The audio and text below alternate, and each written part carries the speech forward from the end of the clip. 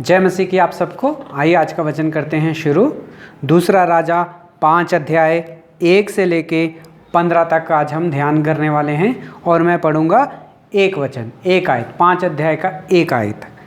आराम के राजा के नामन नामक सेनापति अपनी स्वामी की दृष्टि में बड़ा ही प्रतिष्ठित पुरुष था, क्योंकि यहोवा ने उसके द्वारा आरामियों को विजय किया था और वह शूरवीर था परंतु कोढ़ी था। पढ़े गए वचन पे प्रभु आशीष करे और हमारी कमी घटियों को पूरा करे। आइए हम प्रार्थना करते हैं। प्यारे प्रभु जी, धन्यवाद स्तुति और बड़ाई के साथ आपके चरणों में आके झुक जा के धन्य प्रणाम करते हैं। पढ़े गए वचन पे आशीष करे, हमसे बात करे, हमारी कमी घटियों को पूरा करे प्रभु जी। और जहाँ कहीं गिर गए हैं प्रभु जी, फिर से एक बार प्रभु जी आप हमें उठा के खड़ा करें प्रभु जी। प्रभु जी ये समय को प्रभु जी आपके हाथों में सौंप देते हैं। पढ़े गए वचन पे प्रभु जी 100 गुना फल लाने के लिए सहायता और मदद करे प्रभु जी। हमारी प्रार्थना विनती को प्रभु यीशु मसीह के नाम से मांगते हैं, आमीन। दूसरा राजा 5 अध्याय 1 से लेके 15 तक आज हम ध्यान करने वाले हैं, मगर मेरे पास समय कम है इसलिए मैंने उसकी एक ही आयत को पढ़ा है। मैंने जो आयत को पढ़ा है वो है एक आयत। उसमें लिखा है, आराम के राजा के नामान नामिक सेनापति अपनी स्वामी की दृष्टि में बड़ा ही प्रतिष्ठित पुरुष था, क्योंकि यहोवा ने उसके द्वारा आरामियों को विजय किया था और वह शूरवीर था परंतु कोढ़ी था। हे भाई और बहनों, आराम के राजा, आज हम नामान के बारे में ध्यान करने वाले हैं। नामान एक सेनापति था, शूरवीर था मगर कोढ़ी था। हे भाई और बहनों, नामान जो है आराम के देश में रहता है, यानी कि सीरिया देश में रहता है।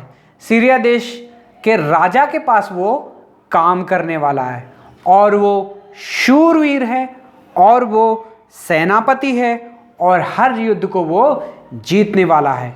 बड़ा ही प्रभावशाली व्यक्ति है, मगर ये कोढ़ी है और इसका नाम नामान है।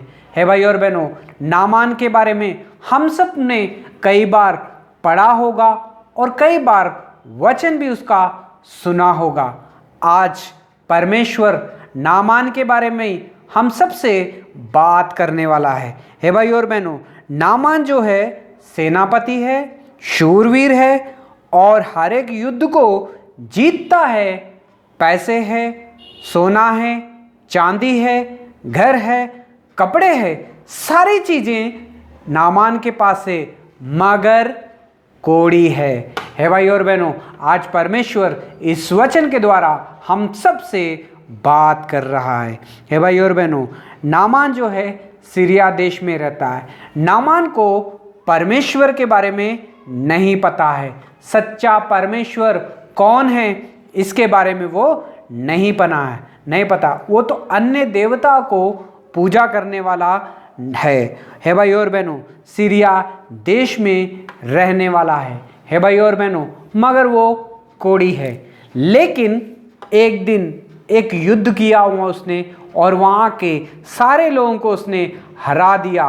और एक दिन उसने इज़राइल देश में से एक छोटी सी बच्ची को, उस देश को हरा के अपने घर ले आया और अपने घर में उसने उसे काम करने के लिए रख लिया।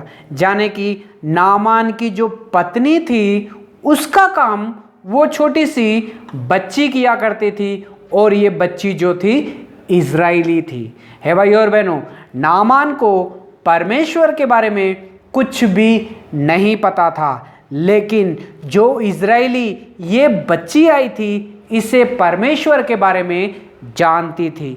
है भाई और बहनों, नामान बड़ा ही पैसे वाला था, धन दौलत वाला था, लेकिन ये हर जगह पे जाके अपनी ट्रीटमेंट कराता था। यानी कि इतना बड़ा आदमी था कि लोग इसका ट्रीटमेंट करने के लिए इसके घर में ही डॉक्टर आते थे। हे भाई और बहनों, कई सालों से कोढ़े का इलाज करा रहा था नामान, लेकिन कभी भी वो ठीक नहीं हो पाया।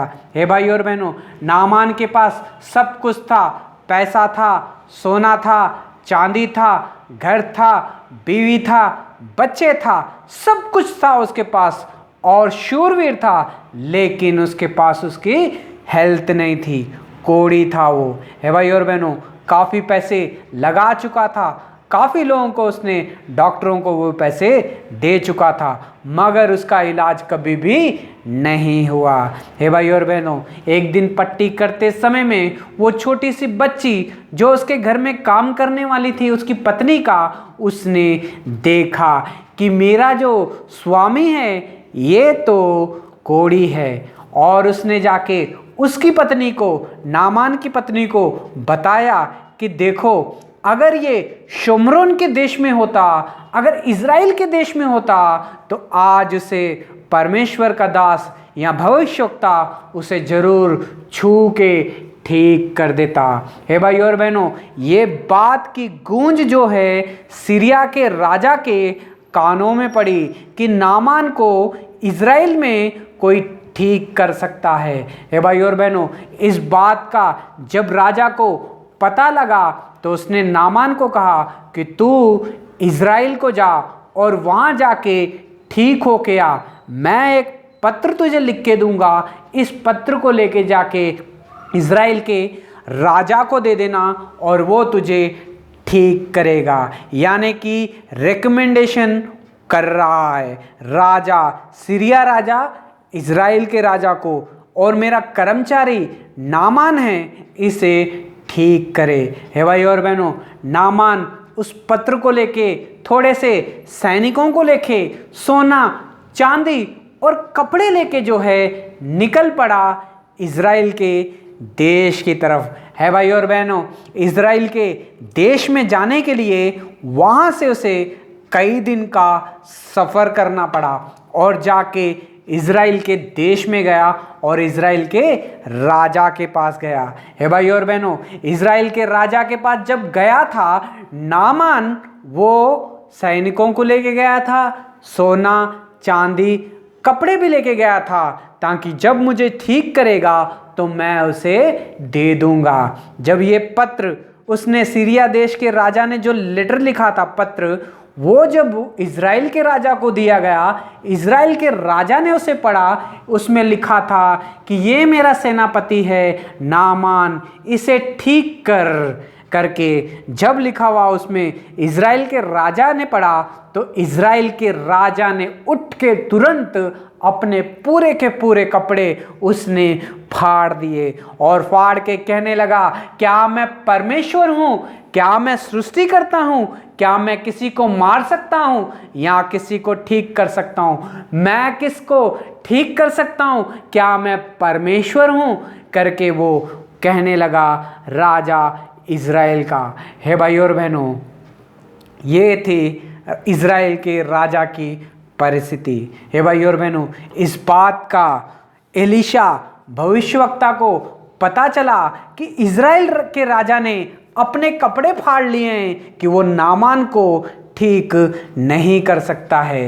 हे भाई और बहनों, फिर एलीशा भविष्यवक्ता ने अपने कर्मचारियों को कह के भेजा, उस राजा को कहो कि उस नामान को मेरे पास भेज, मैं उसे ठीक करूँगा। हे भाई और बहनों, तो राजा ने बताया कि हमारे यहाँ पे एक भविष्यवक्ता है जो एलीशा है, वो तुम्हें ठीक करेगा, उसके पास तो जा। हे भाई और बहनों, फिर से नामान वहाँ से सफ़र शुरू करता है और सोना चांदी और कपड़े लेके फिर से वो एलीशा के पास जाता है ठीक होने के लिए। हे भाई और बहनों, एलीशा के पास जब वो गया, उसके द्वार पे जाके खटखटाया उसने, मगर एलीशा अंदर से बाहर नहीं आया। एलीशा बाहर नहीं आया। एलीशा ने अपने कर्मचारी से, जो उसके पास एलीशा की सेवा करता था, उससे कहा कि जाके नामान से कहे कि वो जाके यरदन की नदी में 7 बार डुबकी मारेगा तो वो ठीक हो जाएगा।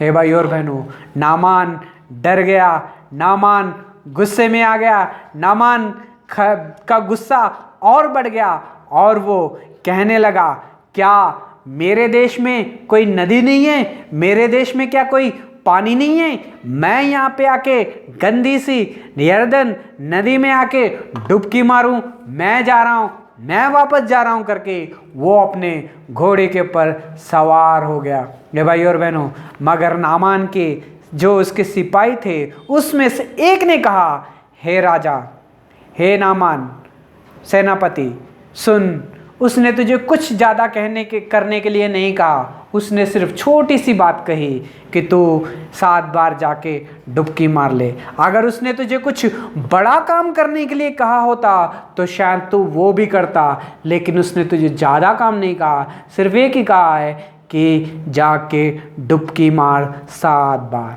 हे भाई और बहनों, 1 बार मारी डुबकी, 2 बार, 3 बार, 4 बार, 5 बार जाके उसने डुबकी मारी, 6 बार मारी। जब 7वीं बार मारी उसने डुबकी तो भाई और बहनों, परमेश्वर ने उससे छू के ठीक कर दिया था। ए भाई और बहनों, इससे नामान ने परमेश्वर की महिमा की और उसके सेनापति ने भी, जितने उसके सिपाही थे उन सब लोगों ने परमेश्वर की महिमा की। नामान ने जान लिया कि सच्चा परमेश्वर यही है। उसके सैनिकों ने भी जान लिया कि सच्चा परमेश्वर जो है इज़राइल का परमेश्वर है। यहाँ पे एक सच्चा भविष्यवक्ता है जो परमेश्वर का दास एलीशा है। हे भाई और बहनों, आज परमेश्वर इस वचन के द्वारा हमसे बात कर रहा है। हम लोगों ने काफ़ी बार इस वचन को सुना होगा, काफ़ी बार इस वचन के ऊपर ध्यान दिया होगा, लेकिन आज फिर से परमेश्वर अपने सब लोगों से इस वचन के द्वारा बात कर रहा है। हे भाई और बहनों, बीमारी जो है हर एक किसी को आती है। भाई और बहनों, जो परमेश्वर को नहीं जानता है वो भी बीमार है, जो परमेश्वर को जानता है वो भी बीमार है। हे भाई और बहनों, हम सारे बीमारों को परमेश्वर जो है ठीक करना चाहता है। परमेश्वर चाहता है कि सब लोग मेरे पास आए, मुझ पे विश्वास करें तो मैं हर एक को ठीक करूंगा। हे भाई और बहनों, नामान के जीवन में एक बार देखते हैं कि नामान का जीवन जो था कैसा था। हे भाई और बहनों, नामान के पास सोना, चांदी, पैसे, धन, दौलत और सारे सैनिक सब कुछ था उसके पास, लेकिन उसकी हेल्थ ठीक नहीं थी। वो एक कोढ़ी था। हे भाई और बहनों, शूरवीर था मगर कोढ़ी था। डॉक्टरों को देने के लिए पैसे थे मगर वो चंगाई कभी भी नहीं पाया था। हे भाई और बहनों, इज़राइल के और नामान के पास सब कुछ था, लेकिन वो सच्चे परमेश्वर को नहीं जानता था। हे भाई और बहनों, लेकिन उसके जीवन में कुछ ऐसा परमेश्वर ने किया ताकि सारे लोग परमेश्वर को जान सके। हे भाई और बहनों, हमारे जीवन में जब बीमारियां आती हैं तो कुछ बीमारियां इसलिए आती है ताकि परमेश्वर के नाम की महिमा हो। कुछ लोगों के जीवन में बीमारियां इसलिए आ जाती हैं क्योंकि वो परमेश्वर की आज्ञा को नहीं मानते हैं, वचनों के ऊपर नहीं चलते हैं। आज परमेश्वर इस वचन के द्वारा हमसे बात करने वाला है। हे भाई और बहनों, जो सीरिया देश था ये सारा का सारा देवताओं को मानने वाला था, लेकिन वो कोई भी परमेश्वर को जानने वाला नहीं था। लेकिन एक दिन इज़राइली लड़की को वो गुलाम बना के अपने घर ले आया नामान, और वो उसकी पत्नी का काम करने लग गई। है भाई और बहनों, सीरिया के लोग, नामान के घर वाले लोग और उसके डॉक्टर कोई भी परमेश्वर को नहीं जानते थे, लेकिन जो उसके घर में काम करने वाली छोटी सी बच्ची गुलाम थी वो परमेश्वर को, सच्चे परमेश्वर को जानती थी। उसने उसकी पत्नी को बताया अगर नामान अगर इज़राइल के देश में होता तो शायद वो ठीक हो जाता। हे भाई और बहनों, उसने उस छोटी सी बच्ची के ऊपर विश्वास किया, उसकी बात के ऊपर ध्यान दिया, इसलिए वो इज़राइल के राजा के पास आया। हे भाई और बहनों, इज़राइल के राजा के पास जब वो आया तो सोना और चांदी और पैसे, कपड़े सब कुछ लेके आया। जब मैं ठीक हो जाऊंगा तो मैं इसे दे के जाऊंगा। हे भाई और बहनों, इज़राइल के राजा ने जब सुना, देखा कि मैं इसे ठीक नहीं कर सकता हूँ, उसने अपने कपड़े भी फाड़ दिए। हे भाई और बहनों,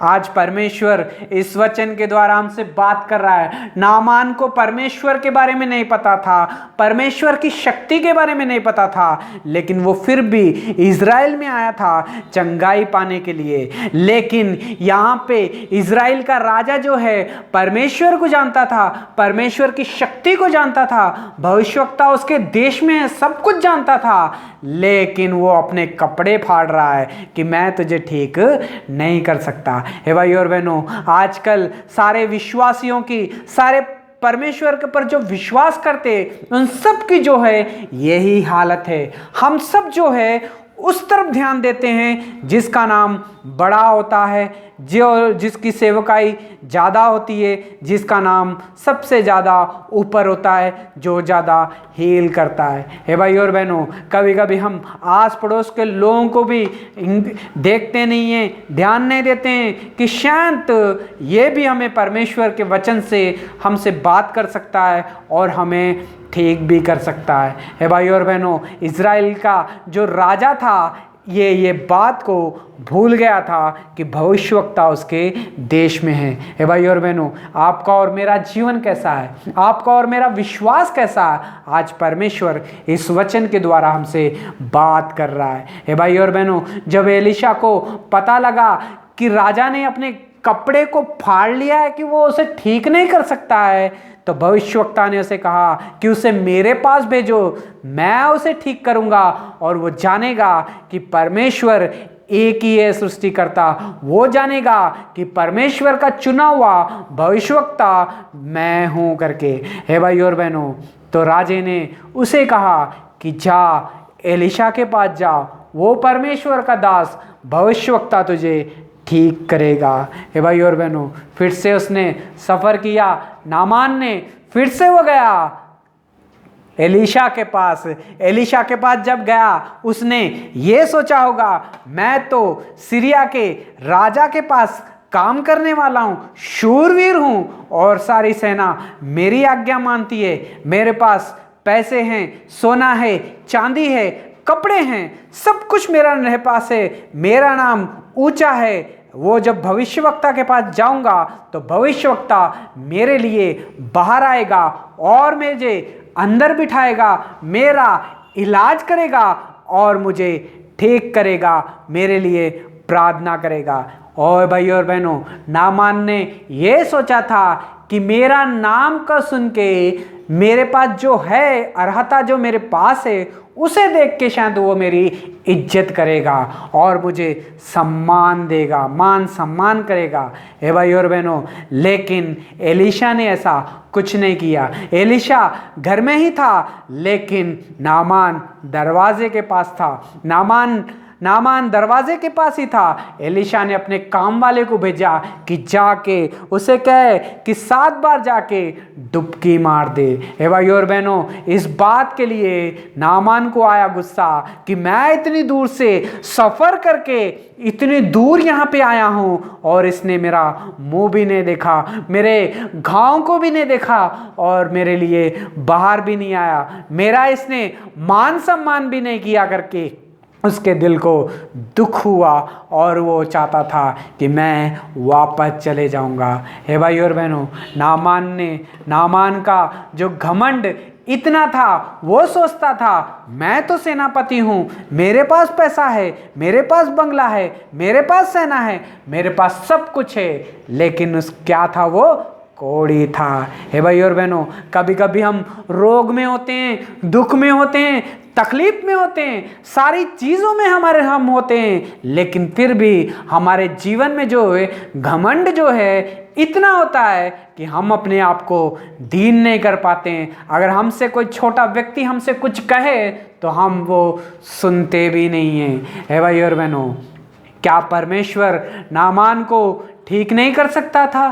क्या परमेश्वर उसे एक ही बार में ठीक नहीं कर सकता था? हे भाई और बहनों, क्या ऐसा नहीं हो सकता था कि एलीशा बाहर आता, नामान के सर के ऊपर हाथ रखता और वो तुरंत ठीक हो जाता? ऐसा हो भी सकता था, लेकिन परमेश्वर ने उसके जीवन में इतना लंबा सफर किस लिए किया, क्यों उसको इतना लंबा सफर तय करना पड़ा। हे भाई और बहनों, जब वो अपने साथ आया था, अपने नाम को लेके आया था, अपना सोना और चांदी और कपड़े लेके आया था, अपनी प्रतिष्ठा दिखाने के लिए वो आया था। हे भाई और बहनों, हे भाई और बहनों, आज परमेश्वर इस वचन से हमसे बात कर रहा है। सोना या चांदी या बैंक बैलेंस या बड़ा नाम होने से परमेश्वर ठीक नहीं करता है। परमेश्वर ठीक करता है जो कोई उसकी बात मानता है, आज्ञा को मानता है। हे भाई और बहनों, नामान ने सोचा कि मैं वापस जाऊंगा, अपने घर वापस चले जाऊंगा, मेरे पास कोई कमी घटी नहीं है। लेकिन नामान के जो नामान के सिपाही थे, उसमें से एक ने कहा, नामान, अगर उसने भविष्यवक्ता ने तुझे कुछ मांगा होता, कुछ कठिन काम किया होता करने के लिए, तो तू उसे ज़रूर करता। लेकिन उसने तुझे ज़्यादा कठिन काम नहीं कहा, कुछ ज़्यादा बात नहीं बोली है, सिर्फ एक बात बोली है उसने कि जा और उस नदी में जाके 7 बार डुबकी मार। हे भाई और बहनों, सिंपल सी बात नामान को कही। हे भाई और बहनों, और लेकिन उसके जीवन में जो था घमंड इतना था कि उसने कहा, क्या मेरे देश में नदियां नहीं हैं कि मैं ये गंदी सी नदी में आके डुबकी मारूं 7 बार। हम भी बीमार होते हैं, बहुत बीमार होते हैं, कई डॉक्टरों को दिखाते हैं, कई लोगों के पास चले जाते हैं, लेकिन फिर भी हम परमेश्वर के पास नहीं आते हैं। हमारा घमंड जब तक हमारे जीवन में रहेगा, तब तक हमारे जीवन में जो है आशीष नहीं आएगी। भले हो सकता है सोना चांदी बैंक बैलेंस पति पत्नी बच्चे सब कुछ हो आपके पास, लेकिन अच्छी हेल्थ जो है हमें सिर्फ और सिर्फ परमेश्वर दे सकता है। वो हमें दीन बनाना चाहता है। हे भाई और बहनों, नामान के जीवन में जो आशीष हुई थी वो किस तरह से हुई थी। नामान ने अपने सैनिक की बात के ऊपर ध्यान दिया और वो गया पानी के अंदर। हे भाई और बहनों, यरदन नदी में गया, जिस नदी में वो जाना ही नहीं चाहता था। हे भाई और बहनों, उस नदी में गया, उसने 1 बार डुबकी मारी तो कुछ नहीं हुआ, 2 बार डुबकी मारी तो कुछ नहीं हुआ, 3 बार मारी, 4 बार मारी, 5 बार मारी, 6 बार मारी तो भी कुछ नहीं हुआ। जब 7वीं बार उसने डुबकी मार के बाहर निकला तो उसका कोढ़ जो था जा चुका था, ठीक हो चुका था और वो कर रहा था परमेश्वर की महिमा। हे भाई और बहनों, वो जान गया था कि परमेश्वर जो इज़राइल का जो परमेश्वर है वही सच्चा परमेश्वर है। परमेश्वर मुझे ठीक करने वाला परमेश्वर है। हे भाई और बहनों, परमेश्वर सोना या चांदी या पैसे या बैंक बैलेंस से ठीक नहीं करता है। परमेश्वर ठीक करता है जब कोई घमंड को छोड़ के परमेश्वर की आज्ञा को मानता है। हे भाई और बहनों, नामान के जीवन में आशीष कैसी आई? क्योंकि इज़राइली लड़की जो छोटी बच्ची उसके घर में काम करने वाली थी, उसकी आज्ञा को माना और उसकी बात को माना। हे भाई और बहनों, हमारे घर में काम करने वाले कई लोग आते हैं, हमसे होदा उनका कम होता है, अगर वो हमें कभी परमेश्वर की बातें बोलें तो हम कभी कभी नहीं सुनते हैं। हम सोचते हैं हमारे घर में काम करने वाली है, ये हमें परमेश्वर का वचन सुनाएगी, हो ही नहीं सकता। घमंड में रहते हैं हम लोग, इसलिए हमारे जीवन में जो है आशीष हम नहीं पाते हैं। हे भाई और बहनों, लेकिन नामान ने अपने घर में काम करने वाली छोटी सी बच्ची की आज्ञा को माना और वो इज़राइल के देश में आया। हे भाई और बहनों, नामान के जीवन में आशीष कैसी आई? क्योंकि उसने जो एलीशा ने भेजा हुआ सैनिक था उसकी बात को माना। हे भाई और बहनों, नामान ने ये सोचा था कि शायद एलीशा आके मेरी इज्जत करेगा, मान मर्यादा करके मुझे अंदर बिठाएगा, लेकिन ऐसा कुछ नहीं हुआ। हे भाई और बहनों, लेकिन उसने उसकी बात को ध्यान दिया। हे भाई और बहनों, नामान के जीवन में इसलिए आशीष हुई क्योंकि उसके पास काम करने वाला एक छोटा सा सिपाही था। सिपाही की बात को माना उसने और गया पानी में डुबकी मारने के लिए। हे भाई और बहनों, अगर उसके जीवन में घमंड ऐसी रहता और वो चले जाता तो भाई और बहनों, उसके जीवन में कोढ़ भी वैसे ही रह जाता है। भाई और बहनों, परमेश्वर उसके जीवन को ठीक करना चाहते थे, परमेश्वर उसे कोढ़ से आजाद करना चाहते थे, परमेश्वर उसके द्वारा अपनी महिमा करना चाहते थे। इसलिए नामान को इतनी दूर से सफर करके इज़राइल के देश में आना पड़ा। हे भाई और बहनों, नामान का जब तक घमंड था तब तक वो ठीक नहीं हुआ। जब उसने अपना पूरा घमंड को त्याग दिया तब परमेश्वर ने उसे ठीक किया। परमेश्वर घमंड कैसा उसने त्याग दिया? क्योंकि उसने उसके घर में काम करने वाली बच्ची की बात मानी और एलीशा के भेजे हुए दास की बात मानी, उसके पास काम करने वाले सिपाही की बात मानी, परमेश्वर की बात मानी। है भाई और बहनों, अपने आप को दीन किया, घमंड को उसने छोड़ दिया और अपने आप को दीन करके वो पानी में यरदन नदी में उतरा। हे भाई और बहनों, यरदन नदी में कोई शक्ति नहीं थी ठीक करने के लिए। हे भाई और बहनों, एलीशा भी चाहता तो उसे एक ही बार उसे हाथ लगा के ठीक कर सकता था। परमेश्वर उसे चाहता तो सीरिया में भी उसे ठीक कर सकता था, लेकिन परमेश्वर ने उसके सफ़र को लंबा इसलिए किया ताकि वो परमेश्वर को जाने और अपने आप को दीन करे। हे भाई और बहनों, परमेश्वर सोना, चांदी, पैसे, कपड़े से हमें देख के हमें ठीक नहीं करता है, अमीरों को ठीक नहीं करता है। परमेश्वर उनको ठीक करता है जो अपने जीवन को दीन करते हैं, जो सबका मान सम्मान करते हैं, अपने घर में काम करने वालों का या अपने से छोटे ओहदे वालों का इज्जत जो करते हैं, वो उनको परमेश्वर ठीक करता है और उनके जीवन में आशीष करता है और उनके द्वारा परमेश्वर अपनी महिमा कराता है। परमेश्वर इस वचन से हम सबको आशीष दे। परमेश्वर इस वचन से जैसा नामान अपने आप को झुका के दीन किया, ऐसा स्वभाव हम सबके अंदर दे। परमेश्वर हम सबको अच्छी health they. God bless you all.